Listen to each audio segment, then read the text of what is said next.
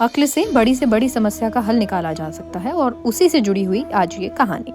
एक बार की बात है, एक राजा के पास एक बहुत ही सुंदर बकरा था जो उसे बहुत प्यारा था।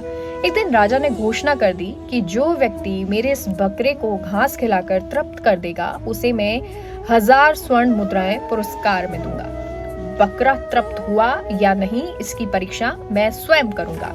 घोषणा के बाद राज्य के बहुत से लोग सोचने लगे कि ये तो बहुत आसान काम है, कोई भी कर सकता है, और यही सोचकर बड़ी संख्या में लोग राजमहल पहुंचते हैं। लोग बारी बारी से बकरे को घास खिलाकर तृप्त करने की कोशिश करने लगते हैं, लेकिन जैसे ही बकरा राजा के पास पहुंचता, राजा उसके सामने फिर से घास रख देता और बकरा घास खाने लगता, जिससे साबित हो जाता कि वो तृप्त नहीं हुआ है।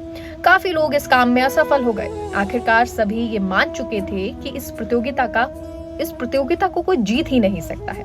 और उसी राज्य में एक बहुत ही बुद्धिमान बूढ़ा व्यक्ति भी रहता था। वो भी राजमहल पहुंचा। उसने बकरे को अपने साथ लिया और जंगल की ओर चल दिया। पहले उसने बकरे को भरपेट घास खिलाई। इसके बाद जैसे ही बकरा दोबारा घास खाने की कोशिश करता, बूढ़ा उसे डंडे से मार देता। ये क्रम सुबह से शाम तक चलता रहा।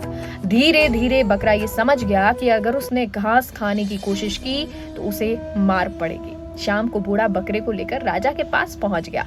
राजा ने तुरंत बकरे के सामने घास रख दी। बकरा घास देखने लगा, लेकिन उसे डर था कि घास खाई नहीं कि मार पड़ी नहीं, और इस डर के कारण उसने घास नहीं खाई।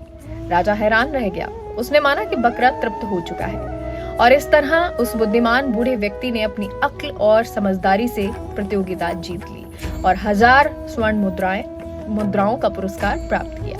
लेकिन इससे आपके लिए क्या सीख है? सीख यही कि सिर्फ ताकत या मेहनत नहीं, समझदारी और सही रणनीति से भी बड़ी समस्याओं का समाधान निकाला जा सकता है। तो सोचिए और अपनी समस्याओं का समाधान आप खुद निकालिए।